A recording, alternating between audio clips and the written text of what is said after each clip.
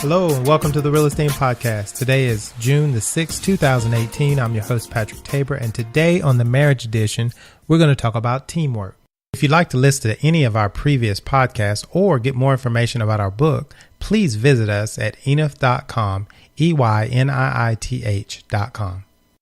One thing that will definitely make your marriage work is to have teamwork. You have to work with one another to make sure that all of the decisions that you make in some form or fashion together, or that you understand that the other spouse is going to be okay with the decision that you're making. You can have different processes in place, but the main thing is that you two agree as much as possible. You work together for common goals. You have to be headed in the same direction, and you have to be focused so that no arguments or issues come up because of lack of respect, of lack of notification, not letting each other know what you're doing, or you think one thinks it's a good idea, the other thinks it's a terrible idea. You have to come to a healthy medium. You have to find out what works in the decision-making process, and that's where teamwork comes in. Ephesians 4:9-12 says, 2 are better than one because they have a good reward for their toil. For if they fall, one will lift up his fellow. But woe to him who is alone when he falls and has not another to lift him up. Again, if two lie together, they keep warm. But how can one keep warm alone?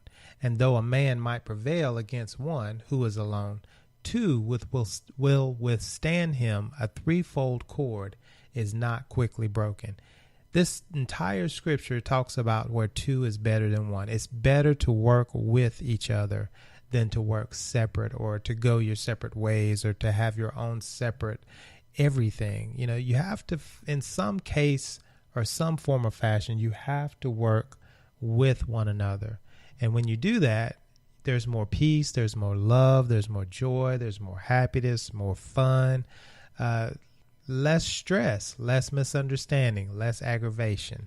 All of those things kind of can go out the window if you learn how to work together. You don't always have to get your way. It doesn't always have to be that you're right and they're wrong. It doesn't have to be a competition. You are actually working as a team to meet a common goal. So if you do that, it's going to make you better. And Proverbs 20:27-17 says, iron sharpens iron, and one man sharpens another. If you're respectful of one another, then you'll listen to one another's opinions and thoughts so that you can come to a common agreement. If you don't, then you're not going to be sharpening each other or helping each other grow. You're actually going to be tearing each other down, which is going to hurt the other person eventually anyway. It's almost as if you're cutting yourself or hurting yourself.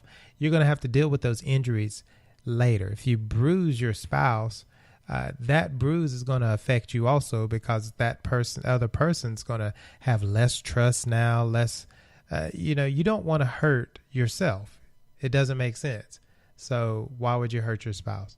Ephesians 4:16 says, for whom the whole body, joined and held together by every joint with which it is equipped, when each part is working properly, makes the body grow so that it builds itself up in love.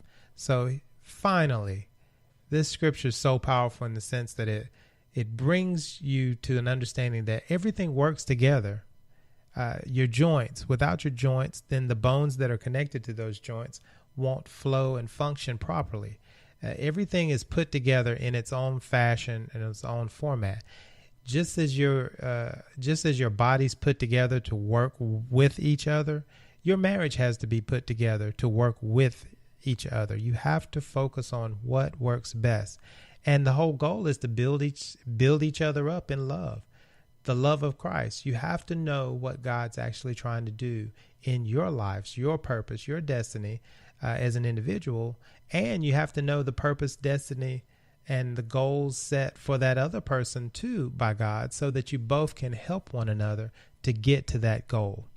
Remember, your process is good if it's going to help your spouse. If it's something that just focuses on helping you and it doesn't do anything for the whole, then it's not really teamwork. It's self-work. You're really working on getting what you want, as opposed to working with your spouse to get both things accomplished. Now, We've all heard the saying, you can't have your cake and eat it too. I beg to differ. If you have teamwork, you can have your cake and eat it too. I hope you got something out of this today. Be blessed, grace and peace.